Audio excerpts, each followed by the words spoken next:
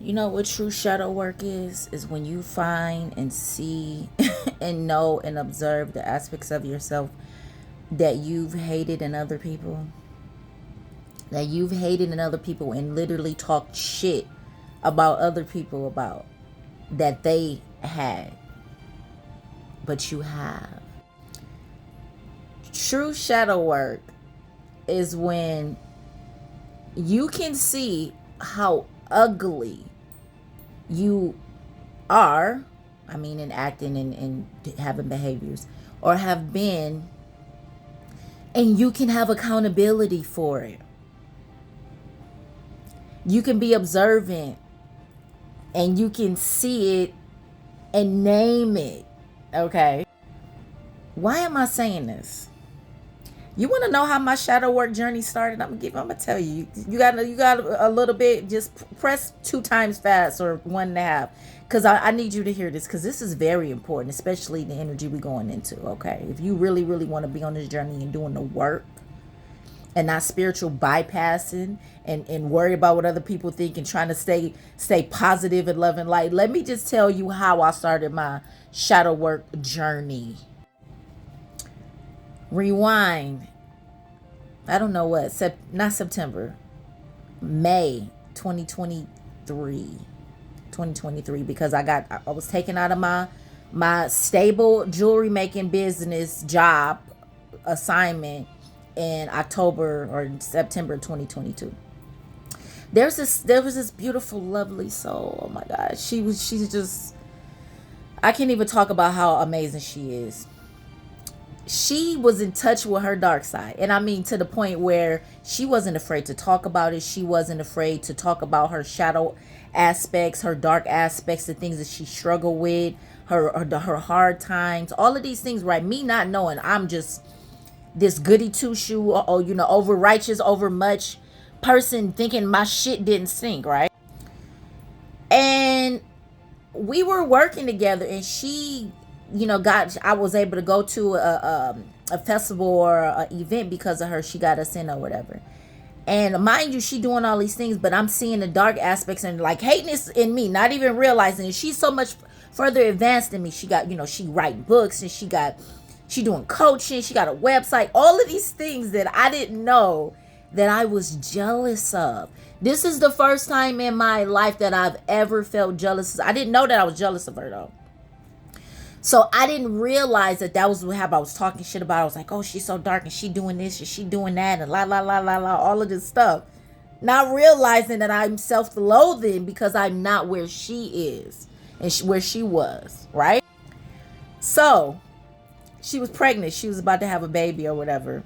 And I called down this baby on them. I asked her months before. I'm like, oh, when you and your guy gonna have a baby, la la la. She was married for years, and it was like, oh, that's funny. We was just talking about it. And anyway, never met the baby yet because we fell out because of the fuck shit that I did to her.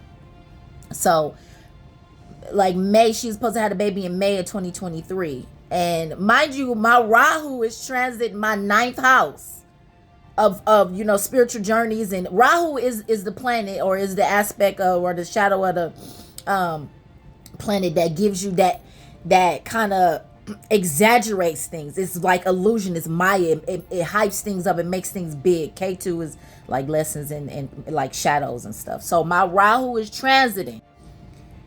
Rahu just literally, anyway, that's a whole nother subject. I had a dream or journey that she was going to pass while giving birth to her son.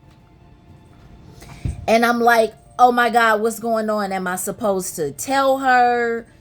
Am I supposed to like keep it to myself? What if I'm wrong? Or then I'm crazy, I'm loony, I'm having weird messages and like being tricked or whatever. But if I'm right, she's going to die. Like, this is what's happening to me. Fast forward, okay? Fast forward, she has the baby, but she goes offline for like 2 or 3 days. And I'm like stalking her, looking to see if this happened. And if you watch it, sweetheart, I love you, and I'm so sorry that what I did. Hopefully you'll give me the chance to like make it up, or we don't got to be friends or whatever, but like, I'm sorry. Anyway, she has the baby, survives. So I'm like, oh, well then I'm crazy. I made it all up. I fabricated the whole thing, right? So basically, you guys, what I got, my guidance told me that I had self-loathing. That if she was used, my higher self, whoever, used her to show me my shadow side, that I had a problem with where I was in my life. I was looking at her because I hated or was envious of her, but adored her at the same time, but didn't know that I had a shadow. Up until then I had no clue the concept of shadow, a shadow side, your dark aspects, your unloved parts, like all of these things.